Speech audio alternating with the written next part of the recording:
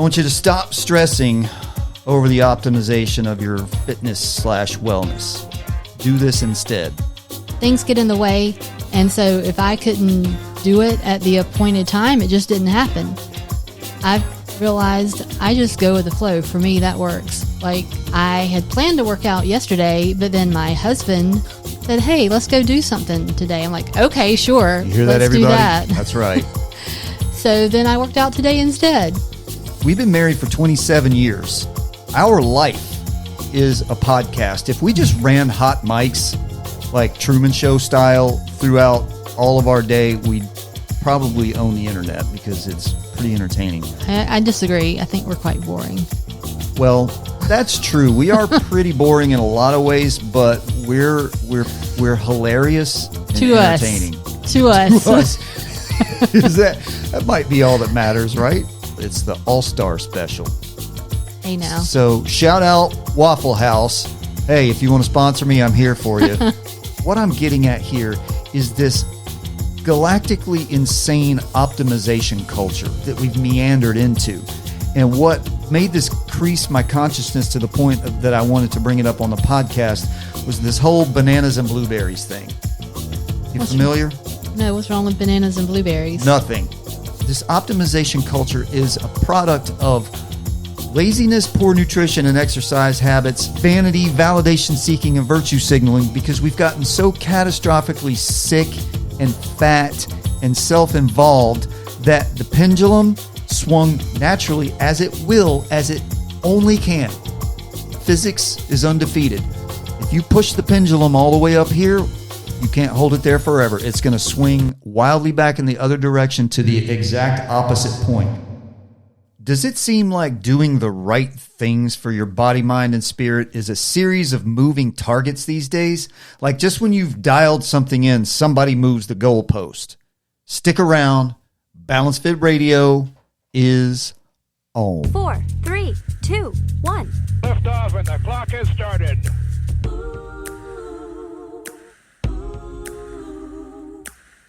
Hey now, namaste, word 'em up, and good day, BalanceFIT family, and welcome to BalanceFIT Radio.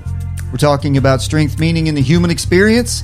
I'm your host, Scott Schroeder, and I'm a certified personal trainer, nutrition coach, and performance enhancement specialist based here in the lovely village of Easley, South Carolina.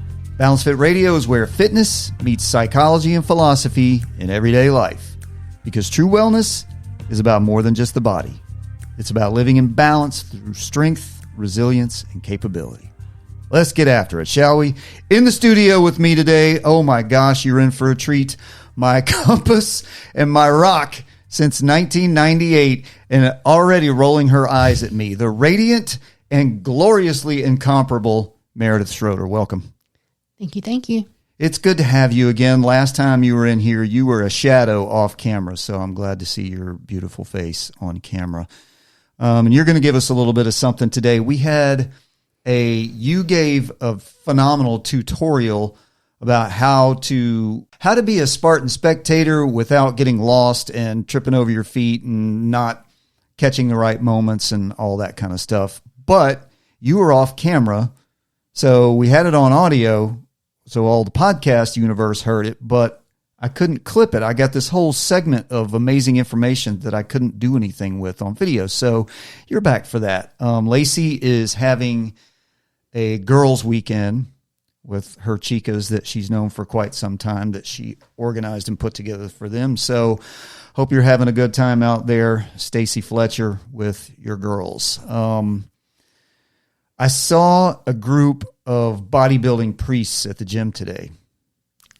What were they doing? Yeah, talk about muscle mass. Come on, not even a good groan out of you. By the way, hey, real quick, if you're listening or watching and you aren't subscribed or following, please take a moment and click the button. Doesn't cost you anything, doesn't take you but a second. Also, like, share, rate, review, all the platforms. It's a bigger help than you can imagine to get the message out. We wouldn't be here if it wasn't for your support, and I am very grateful for it.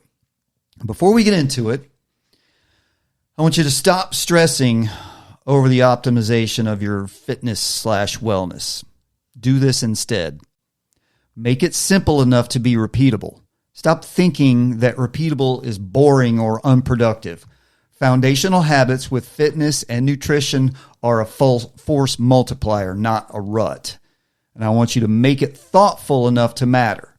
Think through where you are and where you want to be instead of jumping on the latest trend. Following trends is the actual reason you're spinning your wheels. And last, make it sustainable enough to last. You can do basic strength training of the fundamental human movement patterns and cardiorespiratory exercise forever. You can't sustain stupid crap like CrossFit, Insanity, or P90X, and you won't sustain trendy marketing disguised as fitness solutions like all that ridiculous connected home equipment. So just make it yours. Don't perform your fitness and do it for yourself. So make it simple enough to be repeatable, make it thoughtful enough to matter, make it sustainable enough to last. Totally agree.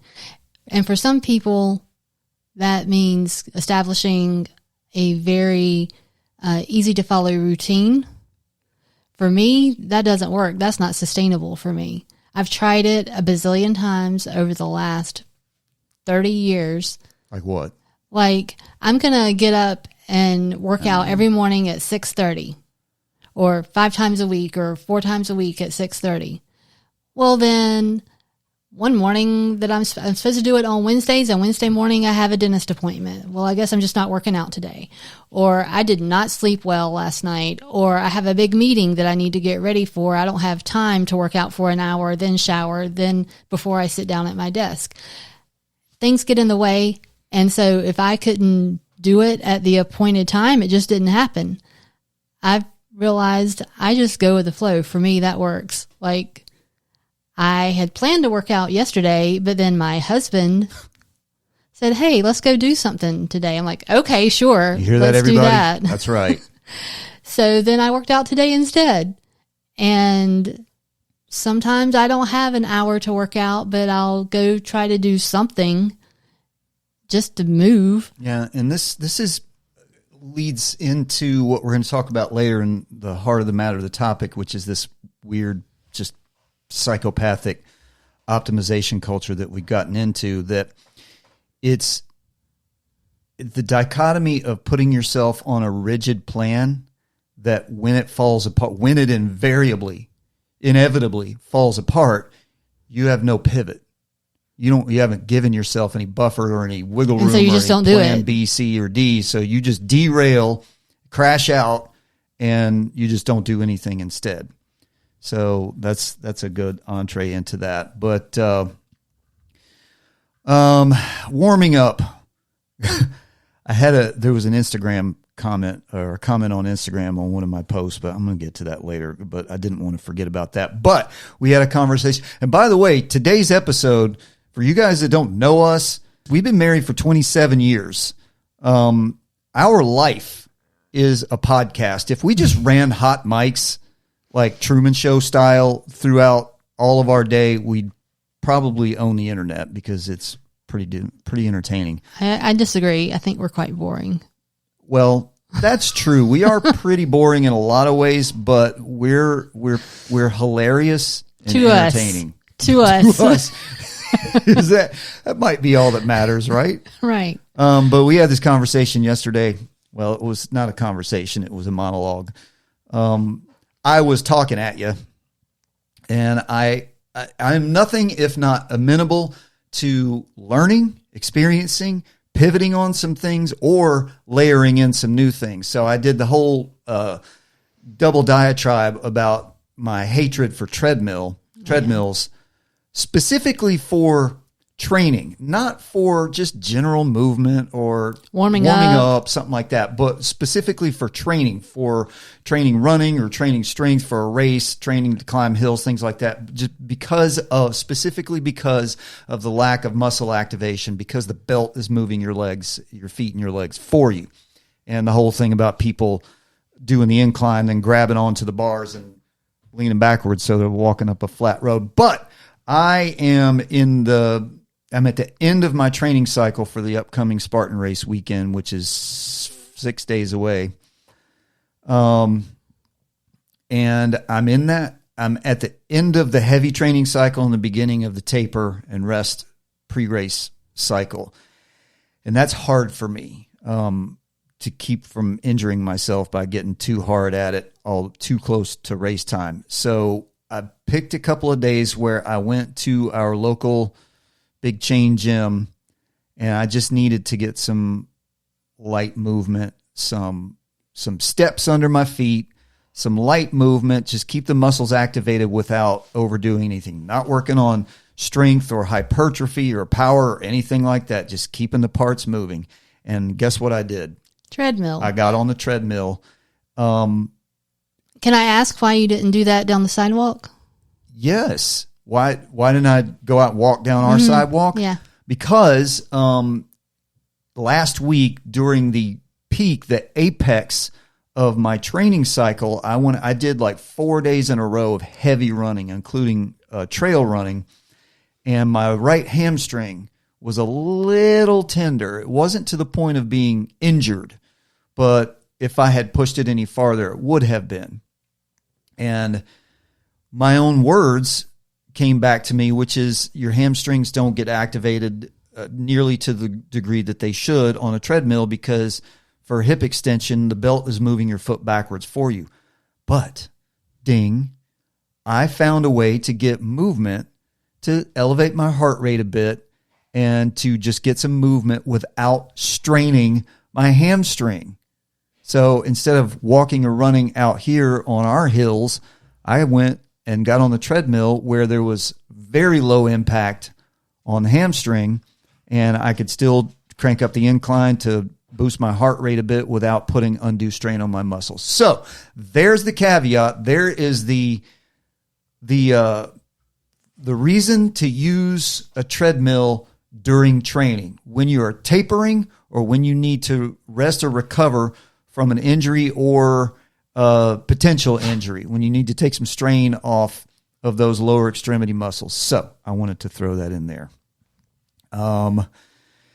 As we get to that, as I mentioned, you were with us last week with your amazing dissertation about how to be a good Spartan spectator, and we didn't have it on camera, so here you are, and I'm going to give you the floor. Take it away. Oh, okay. So Spartan, OCR, Tough Mudders, whatever it is, Scott likes that.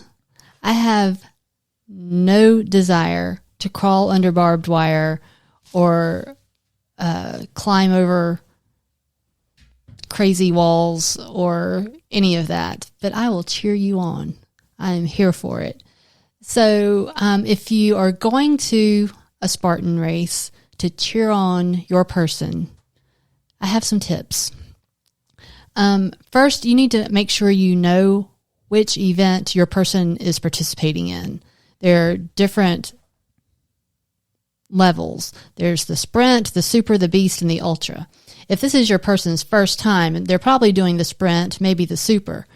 Plus the sprint is a 5K, the super is a 10K. Is that right? Mm-hmm. So they're probably doing Spartan one of miles. those. Spartan, so yeah. 3-ish miles, 6-ish miles. Yeah. So talk to your person about how long they expect it to take them to complete the course. So I know with Scott, if he's doing the sprint, around 45 minutes. But there's more to consider because my person wants to arrive 2 hours before start time. So, and why do I do that? Am I crazy? Because one, you got to allow for some unexpected, because parking and getting into Traffic the gate and way. all of that. Yeah. But then when we get there, you like to go, like, just get settled in, warm up, do whatever it is that you do. I want to decompress. I don't want to run out of the car down to the check-in line and get started and right. run straight to the starting right. line. Right. So I know that I'm going to be there a minimum of 3 hours because he wants to arrive 2 hours ahead of time. It's going to take him around 45 minutes, plus or minus, depending on how intense he's what's the word I'm trying to say? I don't know. Intense, I guess so. How intensely I'm going to get after it. Yes.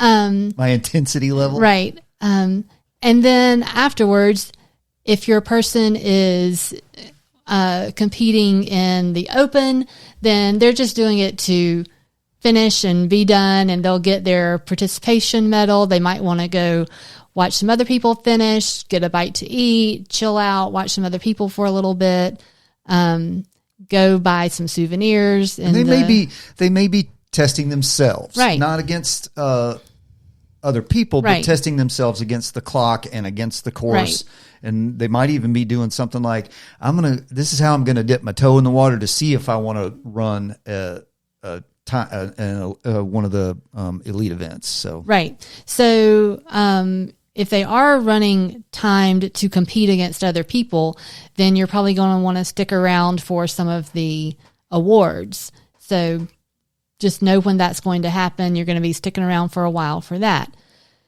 So that's the first thing is know. And that's elite and age group. Right. So you have to qualify to run in the elites, but age groups, anybody can sign up for that. But you are under the Spartan rules of competition, and you will, if you place first, second, or third, then you'll get a little podium picture and a special medal for that. So, right.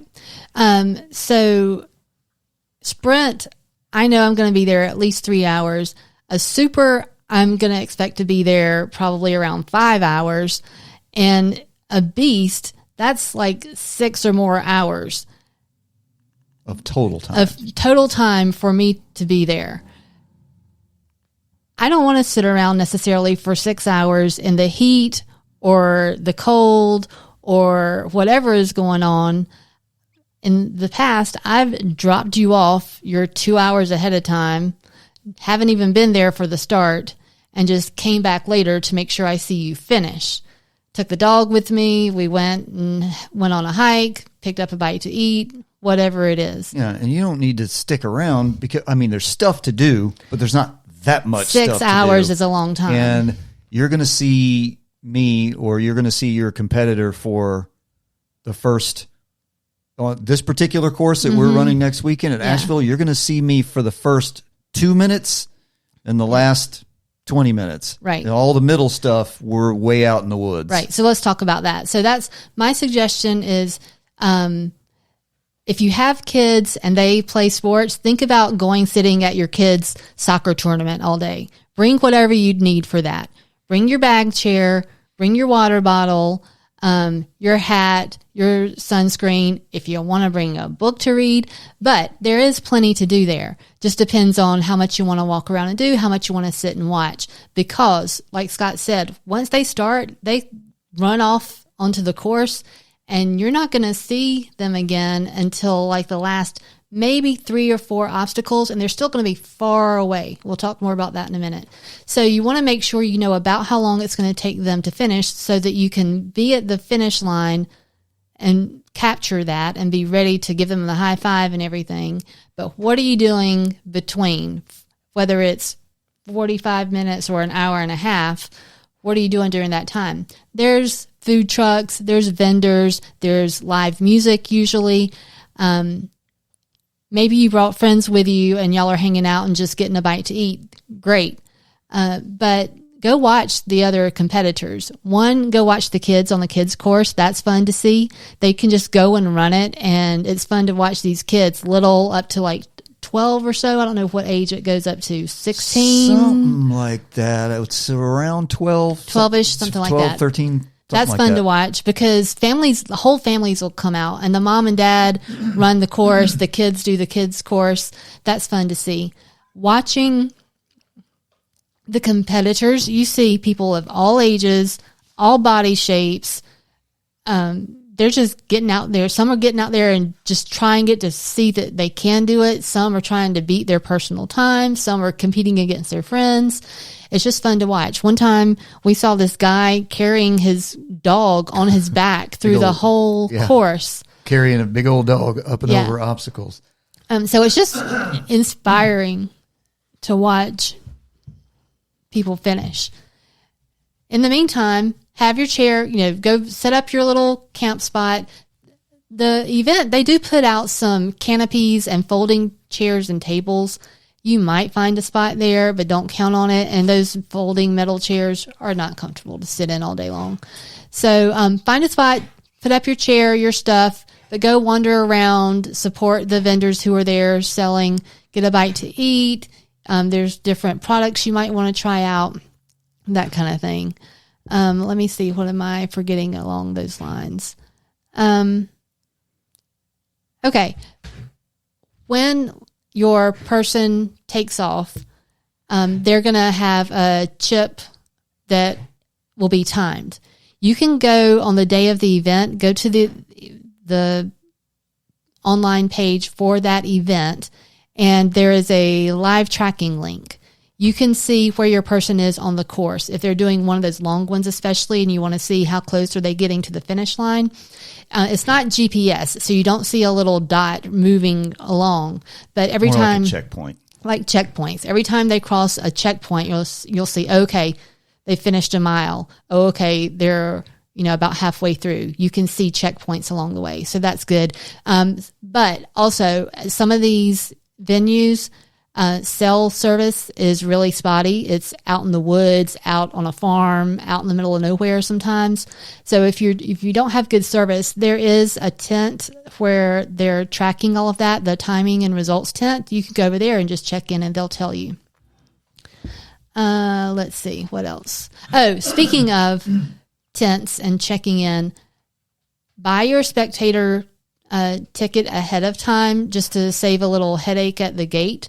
But if you do that, again, spotty service sometimes, you might not be able to get a signal to pull up your ticket, take a screenshot of your ticket, have it saved where it's easy to just show it to them and scan when you get there. Yeah, that's the easiest thing to do. Just bring it up on whoever your person's, have them bring their account up and screenshot and your spectator ticket and save that in your phone as a JPEG, as a photo, not some file that you have to search around for, but just put it in your photos and put it in a folder that says Spartan or something like that. So you just pull it right up. And, or, what they really want you to do is download the app. Right. So if you're going to do that, download the app and it'll give you an option to add to your digital wallet. So if you want to do that, but anyway. Yep. So if you listened to last week's episode, or if you watched last week's episode in particular, you saw Scott's Pretty Little Britches. Here we are with the Pretty Little Britches again. Okay. There are a lot of people running these races who look like Scott.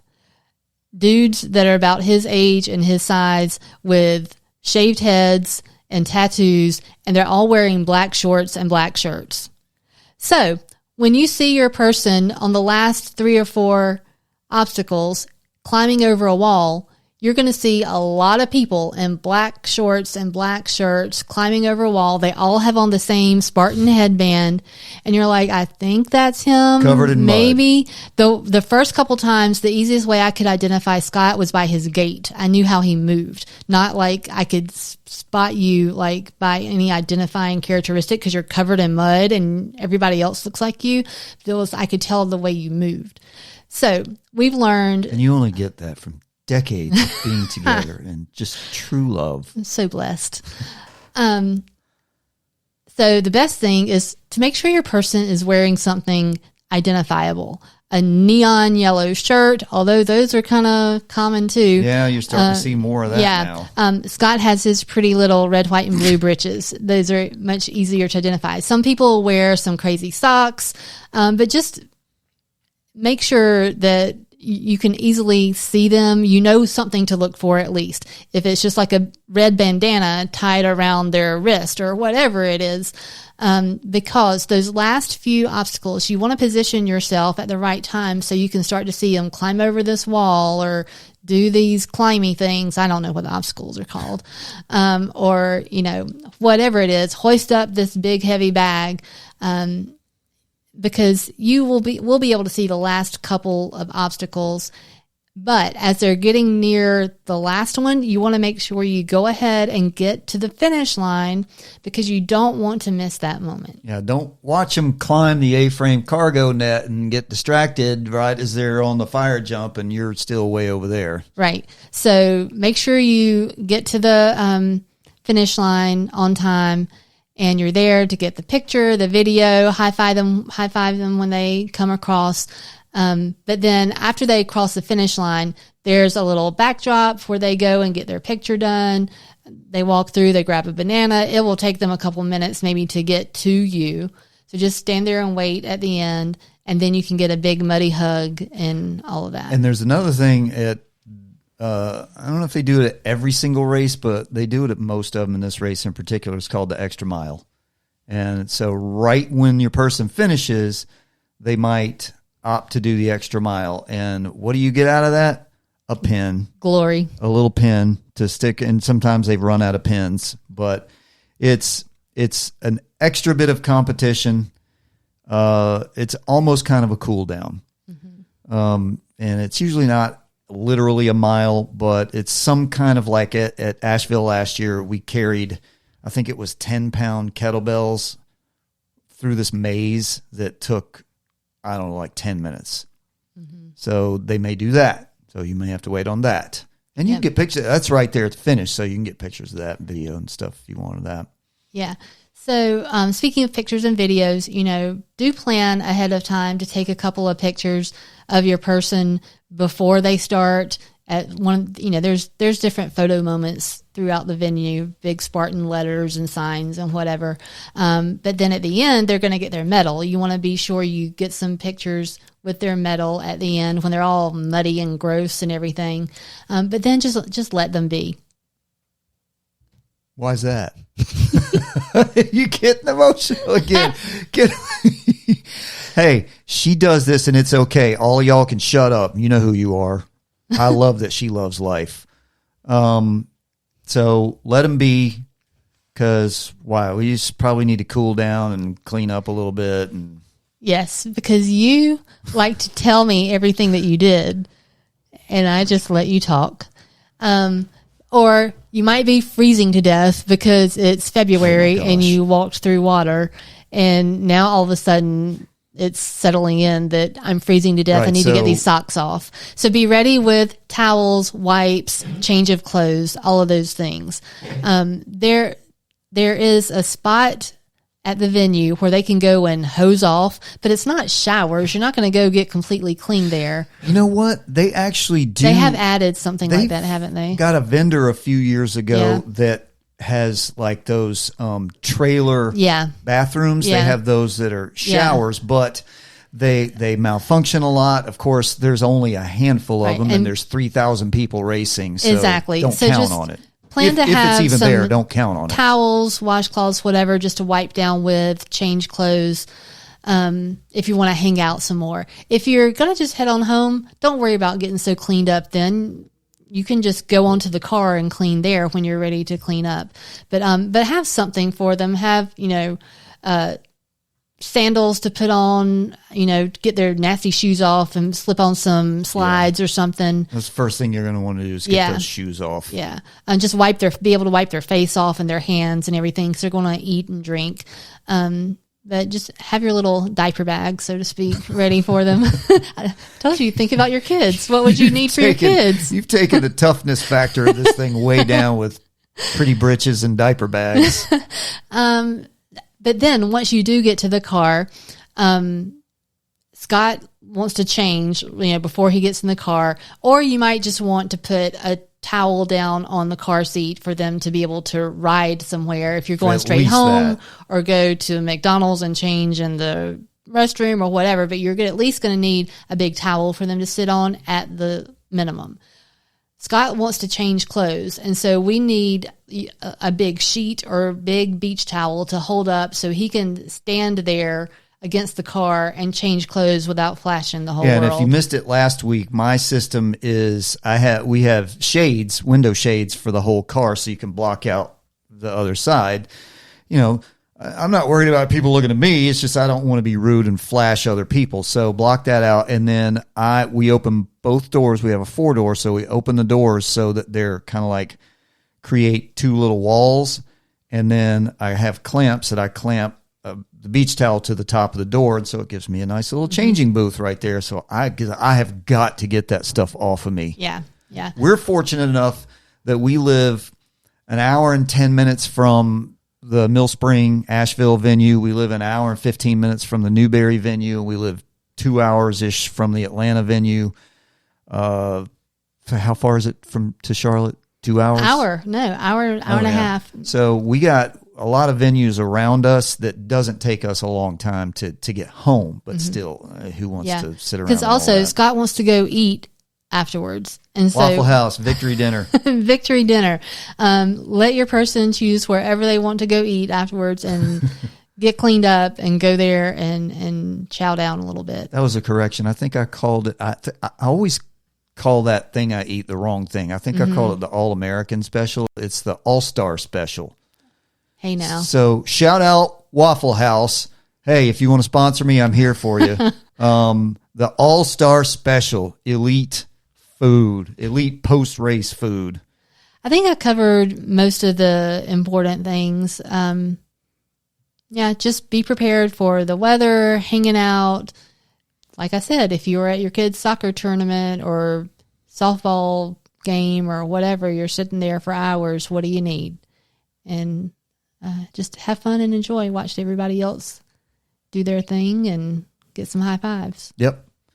Awesome. Good stuff. All right. We're going to do real quick. I have a lot of very deep, insightful, helpful things for the Gen Z segment, but we're going to go quick today because you have somewhere to be and I'm going to lose my co-host. But going back to the drive that we did yesterday, we live in a pretty cool place. We live exactly halfway between, we are 15 to 20 minutes between downtown Clemson and downtown Greenville, South Carolina, right in the middle of them. So we can go either way to get, I mean, we got plenty of stuff here and easily, but we can go either way and do other stuff. And so we went down the Clemson route yesterday and we went and got a little something to eat at a coffee shop and went to Target so you could take something back. And on the way, you know how much I love driving, right? Oh, yes. Love it. There's almost nothing in the world that I hate more than driving. And it's because of the lapse in education and not teaching the unwritten rules of the road anymore. So Gen Z, as you're growing, some of you are driving already. Many of you are driving already. Some of you are not driving yet. A lot of you have your permits or are a year or so away from your permits. But I want you to know that there are fundamentals of driving an automobile that are non-negotiable, and there are unwritten rules of the road, and you need to know these. Now, you should have been taught the concept of unwritten rules, but you weren't. Your societal predecessors failed you. I guess I'm part of that, but I'm trying to correct the record. So one thing really quickly, this whole segment, we could do an entire podcast on proper driving etiquette and rules of the road, rules written and unwritten, but we're going to do this one today. Hun, what is the left lane for? Passing. The left lane of any multi-lane road is, except for city roads. If you're driving down the boulevard in the middle of a city, that's not necessarily a passing, but we're talking about highways and interstates. The left lane is not an entitlement. It's not a place where you hang out. And look at your phone. The car is not a place in which you look at your phone. Mm-hmm. I cannot tell you this, the fact that we have let this become acceptable to the point of where people clap back when you get angry with people for driving while staring at their phones is insane. Mm-hmm. So we need to bring shame back to, should be shameful. It's shameful to drive drunk. It's shameful to do a lot of things, and shame is a powerful motivator. Well, you should be ashamed for staring at your phone while driving. And that jackass that we passed yesterday cruising in the left lane of a 65 going below the speed limit in the left lane. And as we got up next to him, he's looking at his phone. By the way, sitting at a red light qualifies as while driving. Correct. This is not a time where you relax and zone out and check email and text your friends and doom scroll TikTok. Your one and only job is to wait for the light to turn green and then go. And I just need to make sure we are clear. We're not only talking to Gen Z. No. Yeah. We're talking to every age. Yeah. But by directing this at Gen Z, what I'm trying to do is to have you guys correct it. Have you guys do better. Pick up the ball where it got dropped. Not that I'm saying that you do this or you only do this, because this thing doesn't know. It's the old people doing it. It's everybody. Yeah. So some people would respond to this by saying, "Oh, just chill out. It's just a second or two that I'm sitting there." No, it's a second or two for you if we're lucky, if we don't have to wake you up. Mm-hmm. And who knows how long it would be then. But multiply that by 6 or 8 or 10 cars at each light. Now all of a sudden you got half the people missing the light cycle that could have gone. And there is no more precious commodity in the universe to humans than time. So you need to stop thinking of it as this is my time to look at my phone or kind of get around to going whenever I want to go. You need to think of it as you're stealing time from someone else. And that is not your prerogative. You're in the way. Don't be someone else's obstacle. Or popsicle. Or popsicle. That's an inside joke. We'll tell you later. But getting back to the left lane, if you are on an interstate or a highway, do not cruise in the left lane. The left lane is for passing. Once you have passed, get back over to the right if there's room. It might be a crowded interstate. If you are in the left lane, you better be prepared to go with the flow of traffic. Hey, Scott Schroeder. Yes, ma'am. What's this have to do with fitness? I don't know. What does this have to do with wellness? Yes. The wellness of the future of the world is in the hands of Gen Z. And mental wellness is just as important as everything else. And as I said, time is our only unrenewable resource. And we can't, when you steal time for stupid reasons, it's gone. It's like some things we have to surrender time to. We just know. But when you're being lazy and self-involved in that 2-ton death missile that you're driving around, that you have a contract, it's not your right. You do not have a right to drive. Your driver's license it's not issued to you when you turn 16. You have to earn it. You have to keep earning it. They can take it from you for doing stupid crap. You don't have a right to be on the road. You have a right to commerce, to proceed, but you do not have a right to be there. So that'll be the end of our Gen Z segment today. So stay out of the left lane unless you're passing. All right, in the heart of the matter today, something has it's not that it's come up recently, but it's boiled over. And I want to discuss this because it's just gotten out of hand. And I want to call back the philosophy moment that I started with, and that is everything in life, whether it's your fitness, your nutrition, your mental health, your wellness, your daily operations, whatever it is, make it simple enough to be repeatable, make it thoughtful enough to matter, make it sustainable enough to last. So what I'm getting at here is this galactically insane optimization culture that we've morphed, that we've meandered into. And what made this crease my consciousness to the point that I wanted to bring it up on the podcast was this whole bananas and blueberries thing. You familiar? No, what's wrong with bananas and blueberries? Nothing. But there are certain people out there who just can't leave well enough alone. Apparently, and you know what a fan I am of blueberries. I am not. I eat blueberries every single day, usually twice a day. I start and end my day with blueberries. I love blueberries. I think they're fantastic. I put them in yogurt and do other things with them. Anything that's blueberry, I'm all about it. But apparently, and blueberries are a superfood, and blueberries have polyphenols, which are very good for you, which have lots of antioxidants and all that kind of stuff. But guess what? Right. Guess what you can't do now? You can't put bananas in your smoothie, particularly if your smoothie has blueberries. Why? What's going to happen? Are you going to explode? I guess so. No, nothing's going to happen. Here's the thing. All these fruits have polyphenol oxidase, all of them. When you cut or damage the skin or cell structure of fruit, it starts turning brown. Mm-hmm. That's oxidation. Apparently, we're all supposed to believe now that we can't put a banana in our smoothie that includes blueberries or other high antioxidant fruits because the PPO, the polyphenol oxidase, starts having weird reactions with blueberries, and it removes all of the effectiveness. It's an enzyme, and it removes all the effectiveness of the polyphenols and the antioxidants in blueberries. So, my God.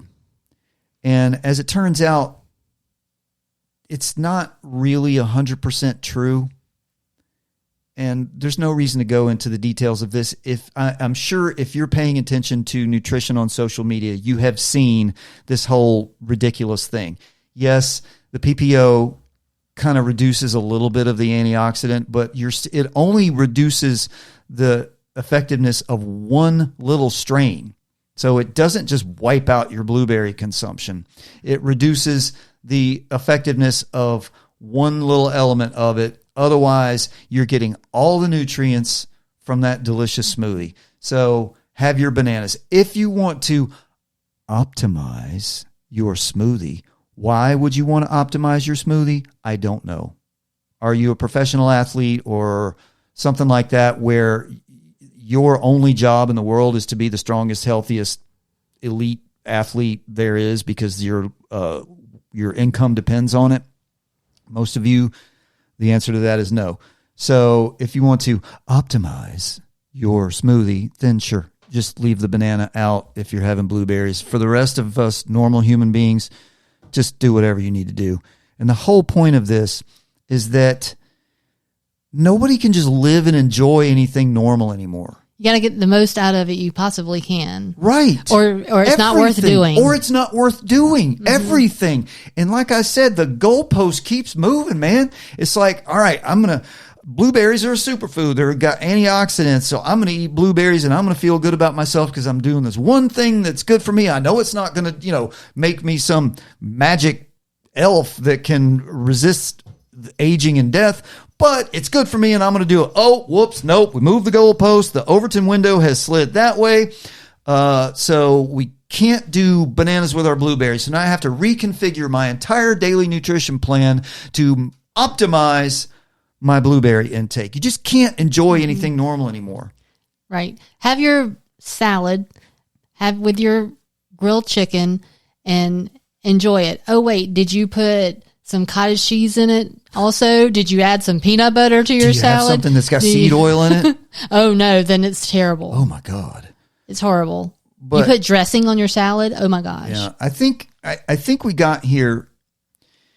This is another one of those things that falls under my newly formed, my newly completed, I guess not completed because it's never completed, but I've built up to my philosophy of, you know what? Things were always going to be this way. It's just a series of unfolding events that happened. There was no evil timeline where we rolled a 6 and we're over here on this timeline, so everything shifted. It's just, we have gotten this optimization culture is a product of laziness, poor nutrition and exercise habits, vanity, validation seeking, and virtue signaling, because we've gotten so catastrophically sick and fat and self-involved that the pendulum swung naturally as it only can.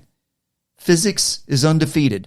If you push the pendulum all the way up here, you can't hold it there forever. It's going to swing wildly back in the other direction to the exact opposite point. And that's where we're at with this stupid optimization culture, because we were so lazy and so bad with everything. And we're, like I said, we're so fat and sick that now everybody's got to push it back, so over-index, as we like to say now, push it back to the opposite extreme. And we got, everything is maxing now also. Have you heard about this? Yes. I mean, this is insane. Like, you can't just be a human anymore. You can't just be yourself, even though that's the thing that they always tell us: be your authentic self. Except when but do it in your way. All right, but except when you want to take a hammer and chisel out your cheekbones, and you have to have this Stanley Cup. That Stanley Cup and the eyelashes and whatever, all the things that you do to looks maxing, or whatever the maxing thing is. It's just neurotic vanity. It has nothing to do with being a human. And what do we go back to when you put all of that aside and you're trying to live a healthy life? Everything in balance. Everything in moderation. Moderation and balance. And you'll be fine. You can do just about anything, just about, if you do it in moderation and have some balance in your life. None of the things except, like I said, just about. There are some things you shouldn't involve yourself with, but moderation and balance. There's a reason the word balance is in my business, and I've been using that word in my own personal foundational philosophies for years and years now, is because anything else is pushing yourself in the wrong direction, and it's just Sisyphus pushing a rock uphill for no reason. Now, there are things in life that benefit from optimizing. Let's not kid ourselves here. You can't just meander through life and bump into walls. Right. But you don't need to optimize everything that you do all day long for the rest of your life. Right. And the things that need optimizing are things that you tighten up to reduce useless friction and wasted time and wasted bandwidth, like ridding yourself of or organizing minutia. And wallet, watch, phone, keys, the thing. Why do I want to spend precious time searching for my keys or my wallet or my water bottle? No, those things go in the same place every day, every time. That's not a stressor. That's a reduction of a stressor. That's not adding something extra to your life. That's actually reducing clutter from your life. Minutia. Put things that you use every day in a permanent place and move on. Are you thinking about Laurie Keller talking about her cousin Minutia? Yes. Declutter and simplify. Now, you can overdo this. If you go insane with your whole decluttering thing, that's just another version of optimizing. Just make sure you don't have a bunch of crap cluttering up your head or your space. That's a reduction in friction. And this right here, and this gets mistaken for optimizing, but I talked about this last week, which is putting your day on a timeline. But what I'm talking about is for timeline utilization and adding buffering to your schedule, so that when the inevitable happens and knocks you off your schedule, you don't run into a wall, that you can pivot with whatever needs to be pivoted to without freaking out. Right. And all I'm simply talking about is, okay, I have to be at X time.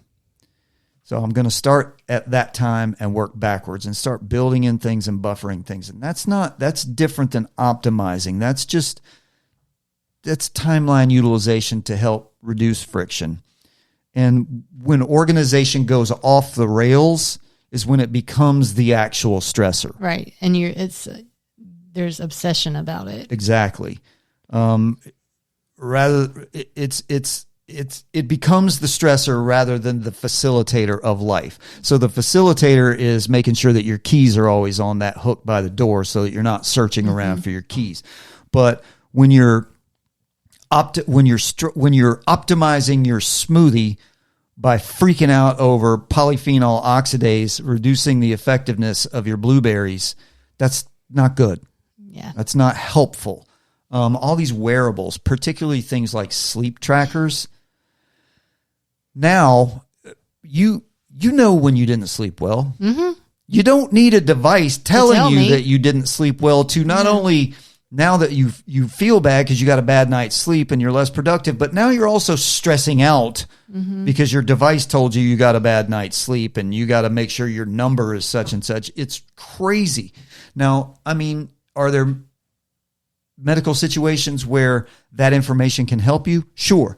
But if you're just a regular healthy human and you're living your life by these wearable metrics, that's stressing you out. And I'm going to talk about wearables in another episode, but I'll always remember what you told me that Kevin Meaney told you one time about your old boss told you about his smartwatch.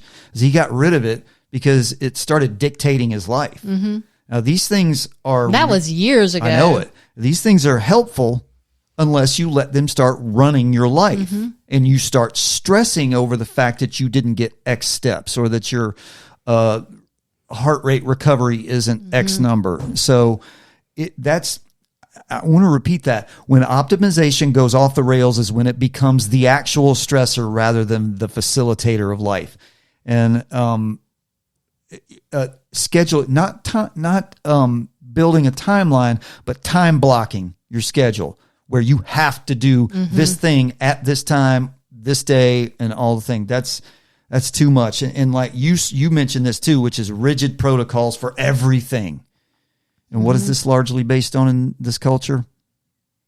Some rando on TikTok. Yeah. You're not doing these things for yourself. So what are the major stressors for this optimization culture? Fall into a few different categories. And under health and wellness tracking, like we touched on, biometric scoring, obsessing over daily wearable rings or watch numbers like 90 sleep score or low recovery status. How is that helping you? Go to bed at the same time each night, more or less. Get up at the same time each day, more or less. Don't go to bed looking at your phone. Do not get the screens out of your bedroom. That's if boy, if I could do anything in this, I don't know, maybe that's a broad statement, but one of the things, if I were emperor of the universe, or if I could, like Genie, I could cross my arms and blink and make it disappear, is people buried in screens all the way up to and through bedtime, lying in your bed, staring at your phone. If you're wearing a sleep tracker, but you're staring at a screen while you're in bed, something's wrong. What are you doing? Yeah.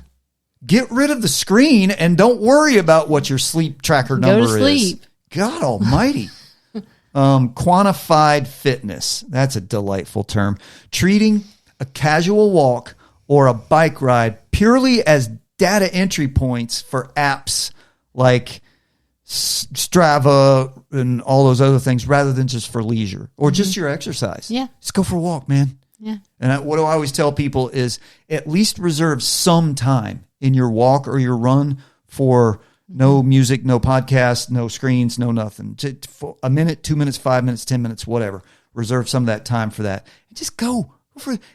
If you're training for something, you might need to track your heart rate. But other than that, just freaking get out and move if you're just a regular, normal human being. Stop quantifying everything, but in this case, with your fitness. And right along with that is the biohacking routines. And this is what you talked about at the beginning of the episode, is scheduling rigid morning protocols or rigid protocols in general throughout your day. Scheduling rigid morning protocols like ice baths, cold plunges, and precise supplement stacks before breakfast. You've got to stop this. Once again, unless your entire livelihood is based on your athletic performance and your physical well-being, you're an NFL quarterback or you're a decathlete, an Olympic decathlete. You don't need to know these things. You don't need to do these things. You need to go to bed mostly the same time, get up mostly at the same time. Don't sleep till 10 o'clock in the morning. Have some water when you get up. Eat a decent breakfast. So it's okay to do those things. And if it makes you If it makes your life easier to have those routines and do them, great. If it is facilitating your life and you're enjoying it and it's making your life easier and better, great. But if you miss it and you feel guilty and bad about yourself and you're like, well, it's done now, I can't do it. When it becomes the stressor rather Right. than the facilitator. Right. And there are certain people that can actually benefit some things like autism or ADHD, some other mental and psychological difficulties. You can actually benefit if you've had a lot of childhood trauma and you have no idea how to run your life and you're just a complete disaster. You might need to do some of these things, but probably not forever. But just an average person can really benefit from routine. That's not what we're saying. Right. Routine. But when it becomes an obsession or you like beat yourself up over it, if you miss it or do it wrong, then it's become a problem. Yes. And the next category is daily life and productivity. So we're optimizing. Extreme time blocking. And this is not what I was talking about with using a timeline to help you navigate your day. This is fragmenting the calendar weeks in advance to account for every single minute of your day. And I've seen these videos about people speed reading audiobooks to like make the most out of every moment they have. They're listening to books to learn constantly on like 2.5 or whatever. To just consume as much as they can all the time. And if you can't switch off your brain, if you need that filler, then may I suggest that you learn something else instead, how to control not being able to switch off your brain. Breathing, yoga, meditation, all that kind of stuff. Because if you can't turn off your brain, but your only recourse is to just jam it with stuff constantly, that's not okay. You're going to exhaust yourself and you're going to be a psychological and mental disaster, which will make you a physical disaster eventually. And the 5 a.m. club, viewing early morning rising not as a choice, but as a mandatory moral and productive baseline. And this is all like the hustle culture. This is all this nonsense about if I'm not optimizing every moment of my day, then I'm falling behind. It's the old, what did we used to say back in the day, keeping up with the Joneses. It's just the digital, the post-industrial digital version of that. And this one, I've heard a lot of people talking about this lately, which is monetizing hobbies, turning every creative pastime Into a side hustle. Yes. Reading or resting, just anything, any creative pastime or project or goal has to have a measurable output instead of doing it. And I can't remember who it was. It might have been Chris Williamson. I heard on Modern Wisdom talking about somebody telling him about they're that kind of person, that hustle optimization, but they're either, I don't know, they're psychiatrist or somebody, their therapist, somebody said, you need to go take an art class and not care how you do in it. Don't try. Just do. Yeah, don't sit there with YouTube videos and research and tutorials and all this stuff about how to make the best vase. Just do it. And just let yourself enjoy it or whatever. Work and parenting. Hustle metrics. Here we go. Auditing daily work output by tasks completed, response times, and minimized downtime. Now, how does that, do you run into that with what you do? Talking about you output, said a lot task there. completed. Yeah, that's what I do. I'm a project manager and operations director. That's my job. Does that bleed over into your life? No. Sometimes it has the complete opposite effect in my life because I'm doing that at work. I don't want to do any of that outside of work. Do you have downtime? Oh, yeah. You do, don't you? I love my downtime. You've optimized anti-optimization. Right. And overscheduling your kids, filling children's after-school hours with competitive lessons and structured programs to maximize their future development. Oh, my God. I was thinking about this recently with summer camps these days and how all the kids are in some summer camp all the time, all summer long.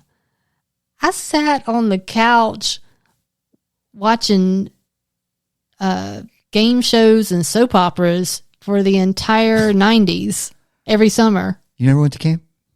I went to summer camp for a week. I didn't go to camp every week of the entire summer. Right. Yeah. Like we swam in the pool. We, Yeah, kids got to be able to breathe. Yeah. They got to be able to just be. I did. My parents first took me to the Athens YMCA camp, Camp Kelly in Athens, Georgia, when I was 8. I think was the first year I was there, and I was nervous, but after a few days, I was having the time of my life, and I didn't want to go home. Mm-hmm. And so they signed me up. I was only going for a week. They signed me up for another week, and I ended up as the years went on, because I went every year I eventually became a counselor, but I went every year for maybe like 6 or 7 years. Now, don't get me wrong. I love some people I know, like they've got their kids doing yoga camp this week and surf camp next week. And that's awesome, cooking camp, and they're exploring all these different activities and learning, but it doesn't have to be every week, all summer long. Right. And I think camp, and what I was going to say is that I loved it so much that I would go 4 sessions. Yeah.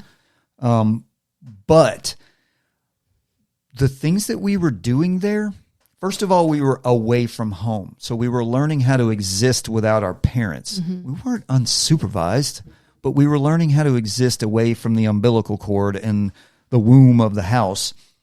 But we were working. As counselors, part of our daily job was clearing fields or picking up trash or whatever it was. We were working on this mountain.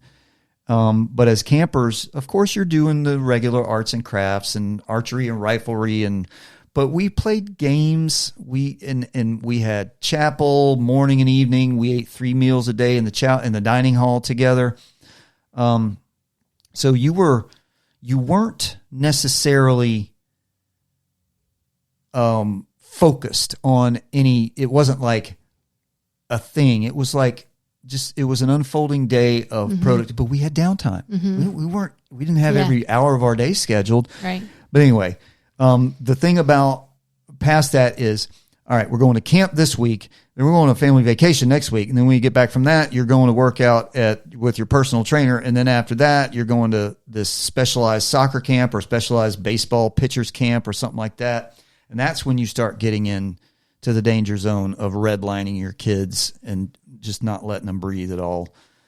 The mental health impact on all of this is chronic burnout, viewing rest, and this is the thing, optimization and hustle culture and maxing. You view rest as an operational failure. Or it's being lazy. Yeah, that creates a state of permanent exhaustion. Mm-hmm. Identity erosion. Evaluating your worth through daily metrics transforms a human being into a checklist. Mm-hmm. And that is really dangerous. Once again, we are removing everything, all the aspects of humanity systematically through being controlled by the algorithms and all this kind of stuff. And a loss of joy. Turning hobbies into quantifiable goals, like we talked about, drains the intrinsic pleasure from activity. So, closing it out, ways to push back and embrace rest and de-optimize, deconstruct optimization. The 0 day, scheduling full days with 0 productive goals. Nothing. If you do stuff, you do stuff. Don't measure it. If you want to cut the grass, cut the grass. If you don't. Don't make productive goals, planned activities, or tracking. Stop tracking stuff. At least give yourself a day off from that. Unmonitored activities. Leave your smartwatch home during a walk. That's going to be real hard for some people because those steps aren't going to be on. Mm-hmm. You're not going to get those steps, and that's where the psychological damage comes in. Oh my God, my steps aren't being. Now your body is counting the steps. You're getting the steps. That's where it matters. But the app that your watch is connected to is not counting the steps. So you're freaking out because you think it doesn't count. That's the danger zone. Right. Yeah, get into nature. Stop recording data. And junk hobbies, just pick something up and do it. A low stakes hobby, finger painting. I don't know, something like that. Casual. Oh no. Video games. All right. Look, I played video games with my dad when I was a kid.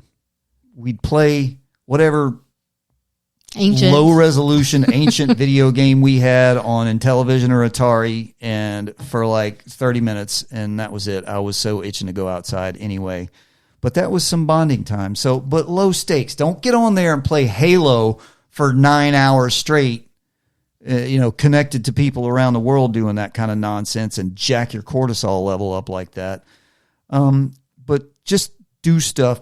Do a hobby or a random activity with no intent to improve, right? We want to deconstruct this crazy optimization culture. And one more time, with everything in your life, make it simple enough to be repeatable, make it thoughtful enough to matter, make it sustainable enough to last. Don't worry whether it's optimized or not. Is that good? Yep. All right, let's get out of here.